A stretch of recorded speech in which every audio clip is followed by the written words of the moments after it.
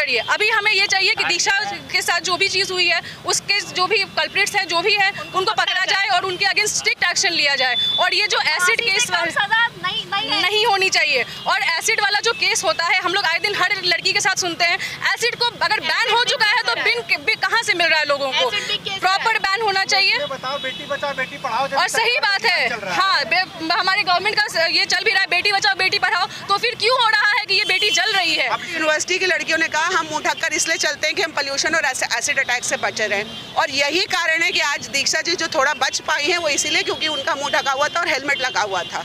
और तभी भी जो वो थे अपराधी थे उन्होंने उनको गिरने के बाद पास आकर चेहरे पे ऐसे डालने की कोशिश करी।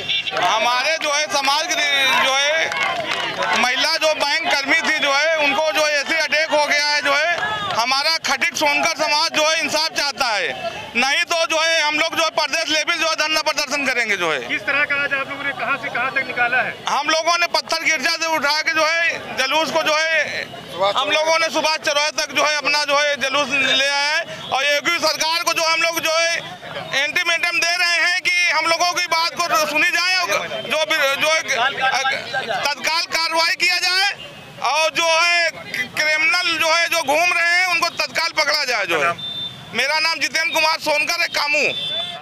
संगम नगरी प्रयागराज में आज सिविल लाइन सुभाष चौराहे पर एक बड़ा प्रदर्शन देखने को मिला है, और काफ़ी संख्या में जो बैंक कर्मी थे, खटिक समाज से जुड़े जो लोग थे, अपने समाज की बेटी के ऊपर जिस तरह से तेजाब कांड हुआ है और जो आरोपी हैं उनकी गिरफ्तारी को लेकर आज काफ़ी संख्या में पत्थर गिरजा से लेकर के जो धरना स्थल है वहां से सुभाष चौराहे तक एक इन्होंने पैदल मार्च निकाला है, और इस पैदल मार्च के माध्यम से इन लोगों ने अपना विरोध दर्ज किया है। इन लोगों की मांग है कि जो आरोपी हैं जो खुले में घूम रहे हैं और जिस तरह से उन्हें तेजाब बड़े ही आसान तरीके से मिल जाता है, तो सरकार को तेजाब पर रोक लगानी चाहिए, और जो आरोपी हैं उनकी जो है तत्काल गिरफ्तारी हो। अगर गिरफ्तारी नहीं होती है तो जो खटिक समाज के जो अध्यक्ष हैं जितेंद्र सोनकर उर्फ कामू सोनकर, इनकी नाराजगी है कि ये लखनऊ में एक बड़ा आंदोलन करने को बाध्य होंगे, जिसकी पूरी जिम्मेदारी प्रदेश की योगी सरकार की होगी। सुपर प्रयाग न्यूज उत्तर प्रदेश उत्तराखंड के लिए अपने सहयोगी संतोष सिंह के साथ पवन देव।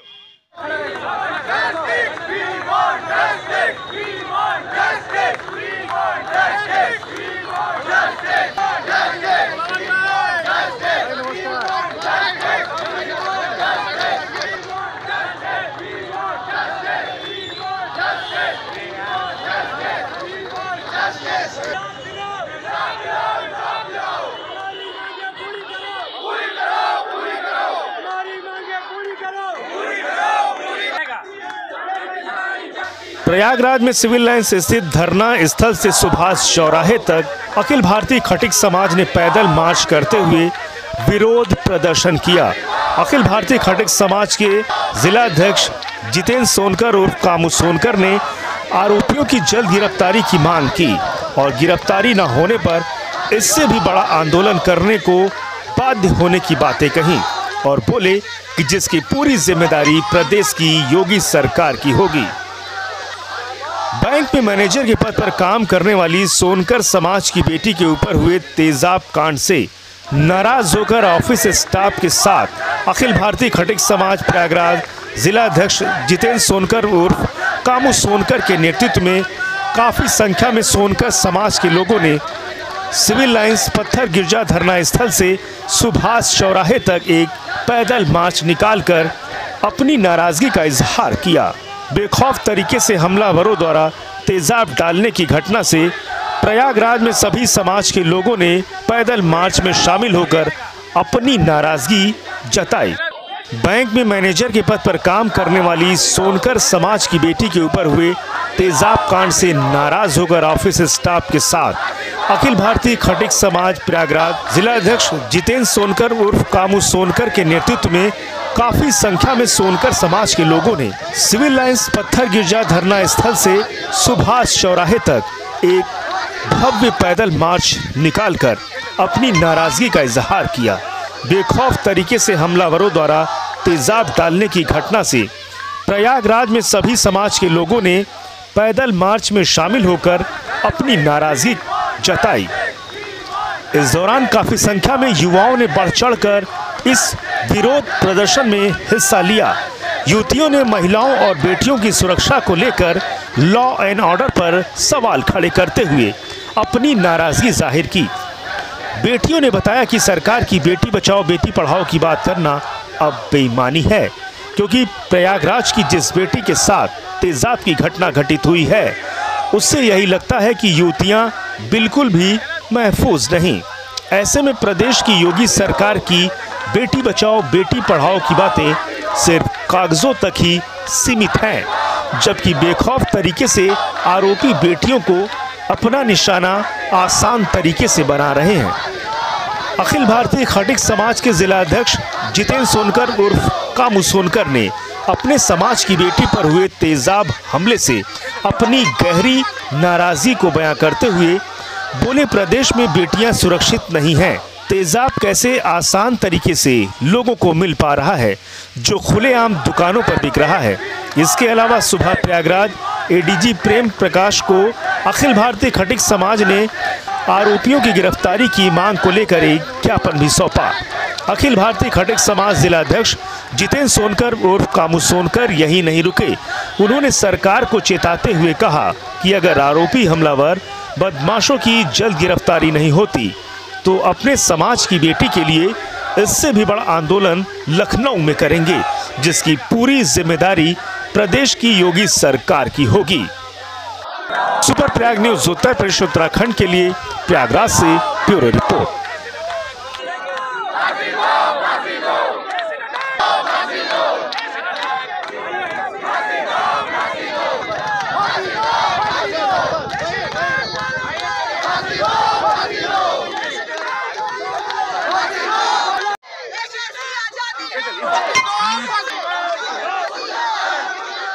हमारे जो है समाज की जो है महिला जो बैंक कर्मी थी जो है उनको जो है ऐसे अटैक हो गया है जो है हमारा खटिक सोनकर समाज जो है इंसाफ चाहता है, नहीं तो जो है हम लोग जो है प्रदेश लेवल जो है धरना प्रदर्शन करेंगे। जो है किस तरह का आज आप लोगों ने कहां से कहां तक निकाला है? हम लोगों ने पत्थर गिरजा से उठा के जो है जलूस को जो है हम लोगों ने सुभाष चौराहे तक जो है अपना जो है जलूस ले आया है और योगी सरकार को जो हम लोग जो है ये दे रहे हैं इंटीमेटम दे रहे हैं कि हम लोगों की बात को सुनी जाए, जो तत्काल कार्रवाई किया जाए और जो है क्रिमिनल जो है जो घूम रहे हैं उनको तत्काल पकड़ा जाए। जो है मेरा नाम जितेंद्र कुमार सोनकर है, कामू। आज का प्रोटेस्ट जैसा कि हम लोग को पता है, 2 दिन पहले हमारे एक बैंक कर्मचारी बैंक ऑफ बड़ौदा की हैं, उनके ऊपर एसिड अटैक हुआ है सैयद सरावा में। सैयद सरावा शाखा में वो ब्रांच मैनेजर थी, उनके ऊपर एसिड अटैक हुआ है। रीज़न पर्सनल हो या प्रोफेशनल, हमने मीडिया में भी पढ़ा है कि इसको एक पर्सनल एंगल दिया जा रहा है बिना जानकारी के, बिना बेस के।